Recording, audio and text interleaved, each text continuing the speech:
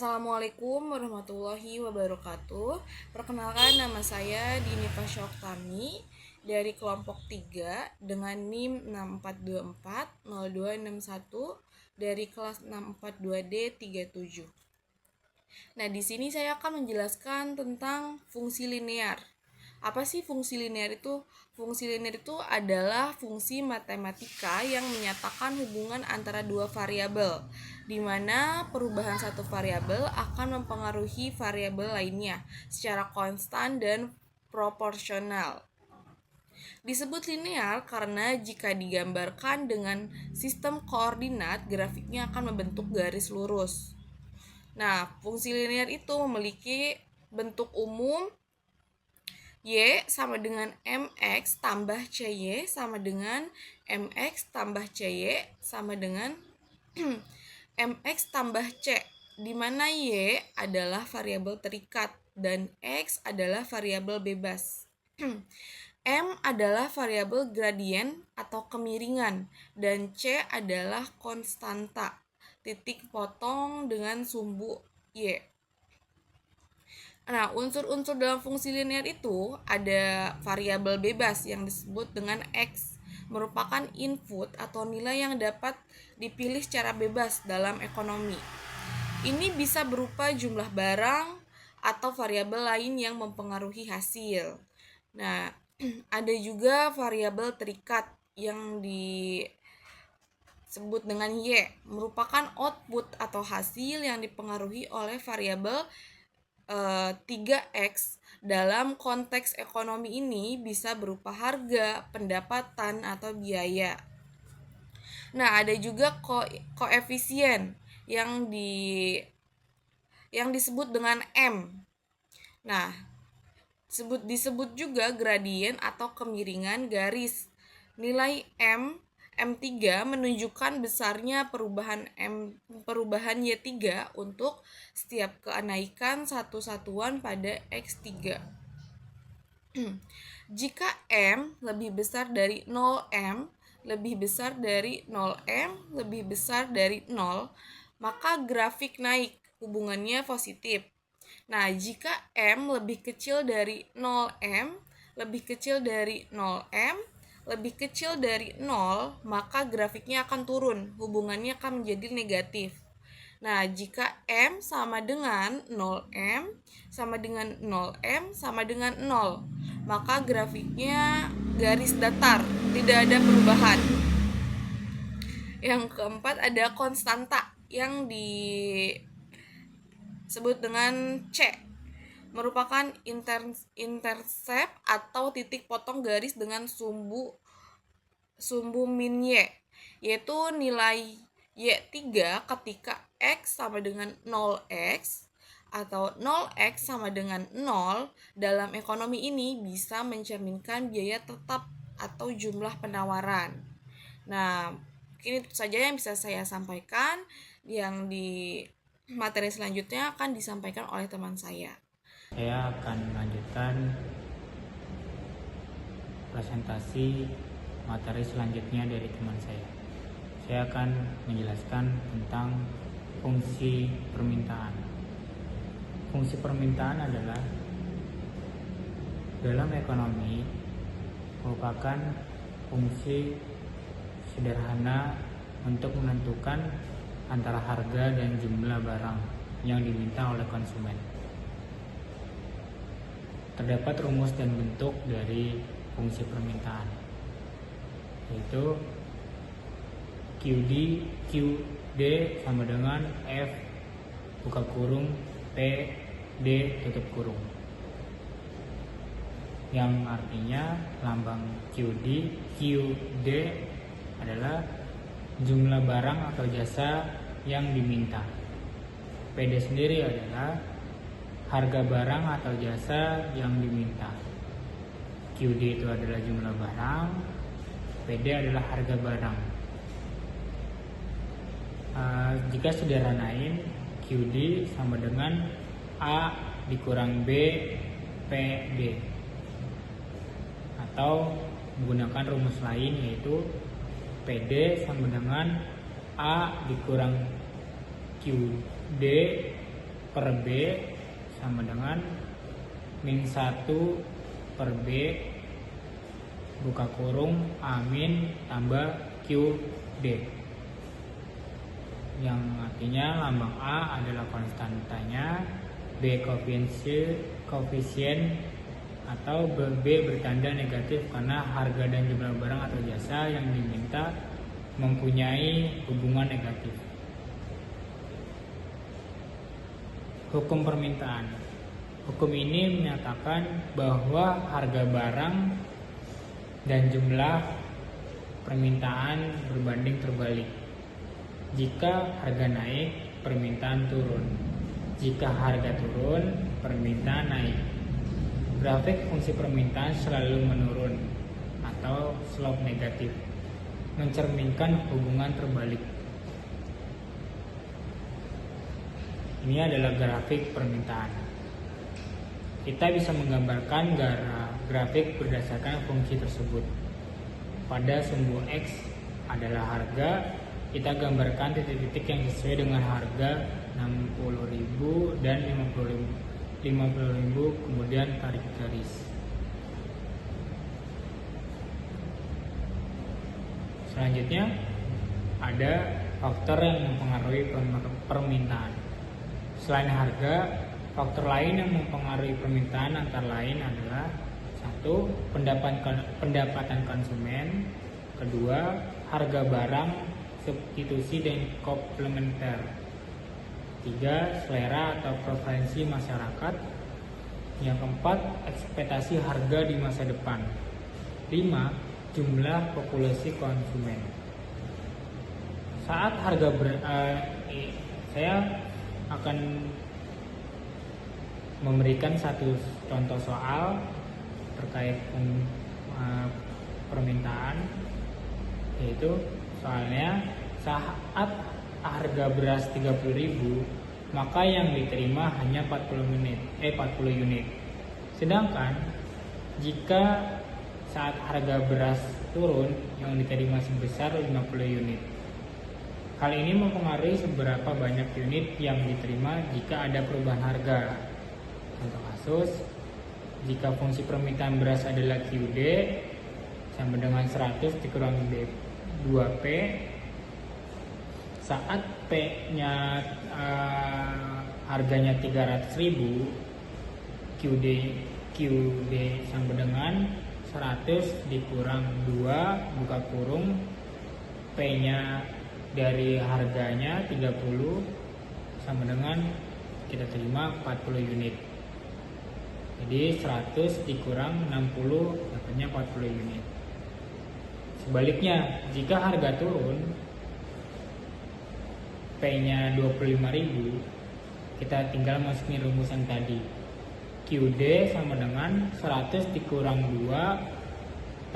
P-nya kita masukin 25.000. Yaitu 100 dikurang 2 dikali 25 sama dengan 50 unit. Maka harga 25.000 kita dapat terjual 50 unit. Jika harga tinggi 30.000 hanya diterima 40 unit. Itu contoh soal dari permintaan. Aplikasi fungsi permintaan yang pertama, penetapan harga. Perusahaan menggunakan fungsi ini menentukan harga optimal yang memaksimalkan keuntungan. Kedua, kebijakan pemerintah membantu merancang pajak subsidi atau regulasi pasar. Yang ketiga, peramalan ekonomi, memprediksi permintaan masa depan berdasarkan tren harga dan pendapatan. Di sini saya akan melanjutkan materi dari teman saya. Berikut kita akan membahas tentang fungsi penawaran. Fungsi penawaran dalam ekonomi adalah hubungan antara harga suatu barang atau jasa dengan jumlah barang atau jasa yang produsen bersedia dan mampu tawarkan di pasar dalam jangka waktu tertentu. Fungsi ini menunjukkan bahwa ketika harga barang naik, jumlah barang yang ditawarkan juga akan naik. Dan sebaliknya, jika harga turun, jumlah barang yang ditawarkan juga akan menurun. Dengan kata lain, fungsi penawaran memiliki hubungan positif antara harga dan kuantitas yang ditawarkan, yang mengikuti hukum penawaran. Fungsi ini biasanya dinyatakan dalam bentuk persamaan matematika yang membantu produsen menganalisis beberapa banyak barang yang akan diproduksi dan dijual pada berbagai tingkat harga. Berikut hukum penawaran. Hukum penawaran menyatakan bahwa semakin tinggi harga suatu barang atau jasa, maka semakin banyak jumlah barang atau jasa yang akan ditawarkan oleh produsen dan sebaliknya. Berikut bentuk umum fungsi penawaran adalah QS sama dengan C tambah DP, di mana QS adalah jumlah barang yang ditawarkan, P adalah harga barang, C adalah konstanta di mana penawaran saat harga sama dengan 0, D sensitivitas penawaran terhadap harga. Berikut contoh soal. Fungsi ini menggambarkan bahwa semakin tinggi harga, semakin besar jumlah barang yang ingin ditawarkan produsen dalam hubungan positif. Berikut contoh soal. Diketahui saat harga P1 sama dengan 40.000, jumlah penawaran QE1 sama dengan 90 buah, saat harga P2 sama dengan 60.000, dan jumlah penawaran QS2 sama dengan 190 buah. Tentukan fungsi penawaran dalam bentuk QS sama dengan C tambah DP. Seperti pada permintaan, kita mulai dengan mencari kemiringan atau D, di mana QS2 kurang QS1 per P2 dikurang P1, sama dengan 190 dikurang 90 per 60.000 dikurang 40.000. 190 dikurang 90 sama dengan 100 per 60 dikurang 40.000 sama dengan 20.000. Lalu 100 per 20.000 sama dengan 0,005P. Kemudian substitusikan titik pertama dengan P sama dengan 40.000, QS sama dengan 90 buah untuk mencari C atau konstanta. Berikut 90 sama dengan C ditambah 0,005 dikali 40.000. 90 sama dengan C tambah 200. C sama dengan 90 dikurang 200 sama dengan min 110. Jadi fungsi penawarannya adalah QS sama dengan min 110 ditambah 0,005P. Berikut grafik fungsi penawaran. Grafik fungsi penawaran yang ada di samping menunjukkan hubungan positif antara harga dan jumlah penawaran. Ketika harga naik, jumlah barang yang ditawarkan juga naik. Seperti yang dijelaskan di atas, grafik menunjukkan hubungan positif semakin tinggi harga, semakin tinggi jumlah barang yang ditawarkan sesuai dengan hukum penawaran. Berikut beberapa faktor utama yang mempengaruhi penawaran dalam ekonomi bisnis. Antara lain, 1. Harga barang, 2. Biaya produksi, 3. Teknologi produksi, 4. Jumlah produsen, 5. Harga barang pengganti, dan 6. Perkiraan harga di masa depan. Nah, di sini saya akan membahas tentang keseimbangan pasar. Keseimbangan pasar itu terjadi saat jumlah barang yang diminta customer atau konsumen sama dengan jumlah barang yang ditawarkan oleh produsen pada suatu tingkatan harga tertentu. Nah, keseimbangan pasar ini juga disebut dengan titik keseimbangan atau equilibrium point. Dengan harga keseimbangan itu FE dan jumlah keseimbangan itu QE. Nah, secara grafis, titik ini adalah titik potong antara kurva permintaan dan kurva penawaran.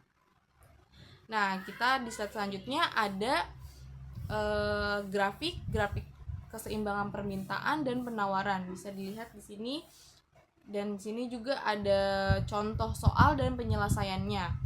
Nah, tentukan harga dan jumlah keseimbangan pasar. Untuk keseimbangan pasar, kita harus cari harga di mana jumlah permintaan sama dengan jumlah penawaran. Nah, Ki-D sama dengan Ki-S. 450 kurangi 3P sama dengan minus 150 tambah 6P. Nah, kemudian ini dia di bawahnya 450 ditambah 150 sama dengan 6P ditambah 3P. Nah, 450 itu ditambah 150 itu sama dengan 600, kita taruh di bawahnya. Nah, itu juga di yang 6P tambah 3P itu kan 6 tambah 3 9. Nah, P-nya kita turunin ke sini. Kemudian ini P sama dengan 6009 sama dengan 66,67. Nah, kemudian kita subsidi harga keseimbangan dalam fungsi permintaan atau penawaran untuk menghitung jumlah keseimbangannya. Nah, rumusnya Ki-D sama dengan 450 kurangin 3 dalam kurung 66,67 sama dengan 450 kurang 200 sama dengan 200. Nah, jadi harga keseimbangan adalah 66,67 dan jumlah keseimbangan adalah 250 buah. Ini saya akan melanjutkan materi yang sudah dijelaskan oleh teman saya. Langsung saja, yaitu pengaruh pajak terhadap keseimbangan pasar. Pengaruh pajak terhadap keseimbangan pasar untuk menganalisis bagaimana pengenaan pajak dapat mempengaruhi keseimbangan pasar baik dari sisi konsumen maupun produsen. Pembahasan ini akan mencakup dampak pajak terhadap harga dan kuantitas barang yang diperdagangkan di pasar. Yaitu ada beberapa. Yang pertama, tentukan harga dan jumlah keseimbangan sebelum pajak. Dan yang kedua, tentukan fungsi penawaran baru setelah pajak. Yang ketiga, hitung harga dan jumlah keseimbangan setelah pajak. Yang keempat yaitu ada gambar grafik permintaan penawaran sebelum pajak dan penawaran setelah pajak dalam satu grafik. Dan yang terakhir yaitu jelaskan dampak pajak terhadap harga dan jumlah barang di pasar. Untuk yang pertama yaitu menentukan harga dan jumlah keseimbangan sebelum pajak. Diketahui fungsi permintaan dan penawaran. Fungsi permintaan QD sama dengan 500 dikurang 5P, sedangkan fungsi penawaran QS sama dengan negatif 100 ditambah 5P. Untuk mencari keseimbangan pasar sebelum pajak, kita samakan QD dan QS. Dan ada beberapa langkah. Untuk langkah yang pertama yaitu samakan QD dan QS. Jadi 500 dikurang 5P sama dengan negatif 100 ditambah 5P. Dan untuk langkah yang kedua yaitu sederhanakan persamaan. 500 ditambah 100 sama dengan 5P ditambah 5P. 600 sama dengan 10P. P sama dengan 600 dibagi 10 hasilnya yaitu 60. Dan untuk langkah yang ketiga, substitusikan P ke dalam QD atau QS. QD sama dengan 500 dikurang 5 kali 60 yaitu hasilnya 200. Jadi harga keseimbangan sebelum pajak adalah 60 dan jumlah keseimbangan adalah 200 unit. Dan B, menentukan fungsi penawaran baru setelah pajak. Pajak 10.000 per unit dibebankan kepada produsen. Artinya harga yang diterima produsen berkurang, yaitu menjadi minus 10.000. QS sama dengan negatif 100 ditambah 5 kali buka kurung P dikurang 10.000 tutup kurung. Disederhanakan yaitu QS sama dengan negatif 50.000 100 ditambah 5P. Dan menentukan yaitu selanjutnya menentukan harga dan jumlah keseimbangan setelah pajak. Samakan fungsi permintaan dan penawaran baru terlebih dahulu, yaitu 500 dikurang 5P sama dengan negatif 50.000 100 ditambah 5P. P sama dengan 50.600 dibagi 10 hasilnya 50,60. Dan substitusikan ke QD. QD sama dengan 500 dikurang 5 kali 50,60 hasilnya 247. Jadi harga keseimbangan setelah pajak adalah 50,60 dan jumlah keseimbangannya adalah 247 unit. Dan di sini ada grafik yang yaitu ada grafik yang menunjukkan 3 garis, yaitu yang pertama yaitu fungsi permintaan menurun, fungsi penawaran sebelum pajak menaik, dan yang terakhir fungsi penawaran setelah pajak menaik tetapi lebih rendah karena pajak. Dan untuk yang terakhir yaitu dampak pajak. Jadi harga keseimbangnya turun dari 60 menjadi 50,60 dan jumlah keseimbangannya turun dari 247 buah menjadi 200. Pajak mengurangi harga yang diterima oleh produsen dan mengurangi jumlah barang yang diperdagangkan di pasar. Meneruskan penjelasan dari teman saya. Nama saya Yudi Rashid Prasetyo, kelompok 3. Oke, langsung saja ke 6. Pengaruh subsidi terhadap keseimbangan pasar. Diketahui fungsi permintaan QD sama dengan 600 min 4 P QD sama dengan 600 min 4 P QD sama dengan 600 min 4P, yaitu fungsi penawarannya QS sama dengan 80 plus 4P QS sama dengan minus 80 plus 4P QS sama dengan 80 plus 4AP. Subsidi sebesar 5.000 per buah kepada penjual. Lalu A, tentukan harga dan jumlah keseimbangan sebelum subsidi. Untuk keseimbangan sebelum subsidi, kita samakan fungsi permintaan dan penawaran. Baik, 600 min, diketahui 600 min 4P sama dengan minus 80 plus 4P. 600 plus 80 sama dengan 4P plus 4P.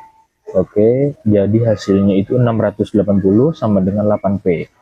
P di P-nya itu dia 6.808 sama dengan 85.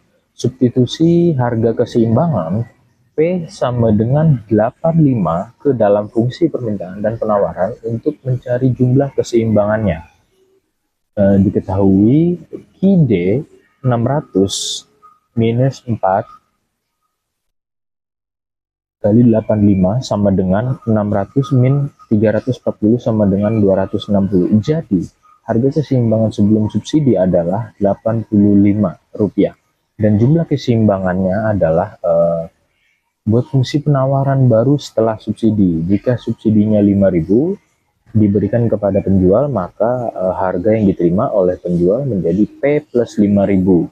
B, fungsi penawaran baru menjadi QS min 80 plus 4 dalam kurung P plus 5.000. Lalu QS-nya di sini bisa kita lihat min 80 plus 4P plus 20.000. QS sama dengan minus 80 plus 4 plus 20.000 sama dengan 4P plus 19.920. Untuk yang di C, hitung harga dan jumlah keseimbangan setelah subsidi. Sekarang kita cari keseimbangan setelah subsidi, yaitu ketika QD sama dengan QS menjadi 600 min 4P sama dengan 4P plus 19.920. 600 diambil 19.920 sama dengan 4P plus 4P. 580 580.080 sama dengan 8P. Untuk di P-nya dia sama dengan 580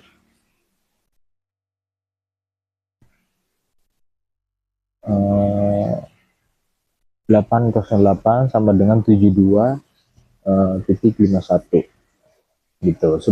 Untuk substitusi harga keseimbangan P sama dengan 72,51 ke dalam fungsi permintaan untuk mencari jumlah keseimbangannya.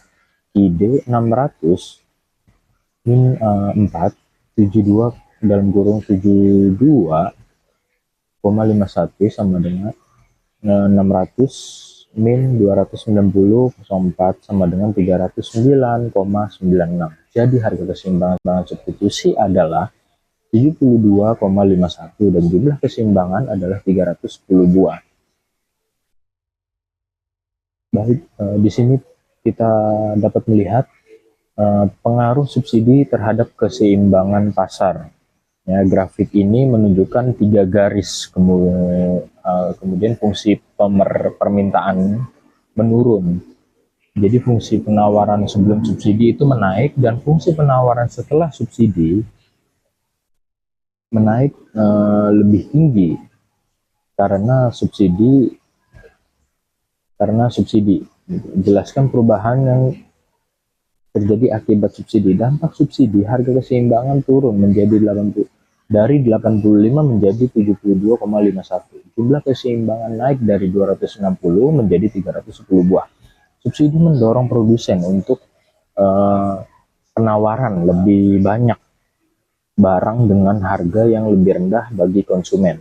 Saya akan menjelaskan tentang fungsi konsumsi dan tabungan. Fungsi konsumsi dan tabungan dalam matematika ekonomi adalah alat penting untuk memahami bagaimana rumah tangga mengalokasikan pendapatan antara pengeluaran dan menabung. Berikut penjelasannya. Untuk memahami hubungan antara fungsi konsumsi dan tabungan dalam ekonomi, serta bagaimana faktor-faktor seperti pendapatan dan kebijakan ekonomi mempengaruhi keputusan konsumsi dan tabungan, pembahasan ini juga akan menghubungkan keputusan konsumsi dan tabungan dengan pertumbuhan ekonomi secara keseluruhan. Fungsi konsumsi dan tabungan. Fungsi konsumsi yaitu C menunjukkan hubungan antara pendapatan yaitu Y dan jumlah konsumsi. Rumusnya C sama dengan C0 ditambah MPC dikali Y. Keterangannya adalah CO konsumsi minimum saat pendapatan 0. MPC marginal propensity to consume, proporsi tambahan pendapatan yang digunakan untuk konsumsi. Fungsi tabungan yaitu S. Tabungan adalah selisih antara pendapatan dan konsumsi. Rumusnya adalah S sama dengan Y dikurangi C. Dengan substitusi rumus konsumsi, S sama dengan negatif C0 ditambah MPS dikali Y. Catatannya adalah MPS marginal propensity to save sama dengan 1 dikurangi MPC. Fungsi konsumsi dan tabungan. Fungsi konsumsi yaitu C menunjukkan hubungan antara pendapatan yaitu Y dan jumlah konsumsi. Rumusnya C sama dengan C0 ditambah MPC dikali Y.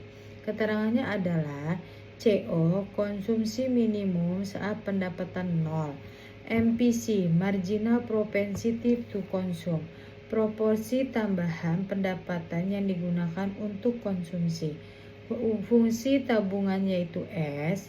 Tabungan adalah selisih antara pendapatan dan konsumsi. Rumusnya adalah S sama dengan Y dikurangi C. Dengan substitusi rumus konsumsi, S sama dengan negatif C0 ditambah MPS dikali Y. Catatannya adalah MPS marginal propensity to save sama dengan 1 dikurangi MPC. Keduanya menunjukkan bahwa saat pendapatan meningkat, konsumsi dan tabungan juga meningkat, tetapi dengan laju yang berbeda. Contoh soal penyelesaian. Diketahui Y sama dengan 8 juta, CO sama dengan 1.200.000, MPC sama dengan 0,75. Tentukan fungsi konsumsi dan tabungan. Pertama, fungsi konsumsi C sama dengan CO ditambah MPC dikali Y. C sama dengan 1.200.000 ditambah 0,75 Y. 2. Fungsi tabungan. S sama dengan Y dikurangi C. S sama dengan Y dikurangi 1.200.000 ditambah 0,75 Y. S sama dengan Y dikurangi 1.200.000 dikurangi 0,75Y. S sama dengan 0,25Y dikurangi 1.200.000. Hitung konsumsi dan tabungan saat pendapatan Y 8 juta. Konsumsi C sama dengan 1.200.000 ditambah 0,75 dikali 8 juta. C sama dengan 1.200.000 ditambah 6 juta sama dengan 7.200.000. Tabungan yaitu S sama dengan 0,25 dikali 8 juta dikurangi 1.200.000. S sama dengan 2 juta dikurangi 1.200.000 sama dengan 800. Jadi konsumsi adalah 7.200.000 dan tabungan adalah 800. Adapun grafik fungsi konsumsi dan tabungan terhadap pendapatan yaitu Y, grafik akan menunjukkan dua garis konsumsi yang meningkat dengan kemiringan 0,75 dan garis tabungan yang meningkat dengan kemiringan 0,25. Jelaskan bagaimana konsumsi dan tabungan berubah seiring naiknya pendapatan. Konsumsi meningkat lebih cepat daripada tabungan karena MPC adalah 0,75 yang berarti sebagian besar pendapatan digunakan untuk konsumsi. Tabungan meningkat tetapi lebih lambat karena proporsi pendapatan yang ditabung lebih kecil 0,25. Sekian dari kami, mohon maaf apabila ada kekurangan. Wassalamualaikum warahmatullahi wabarakatuh.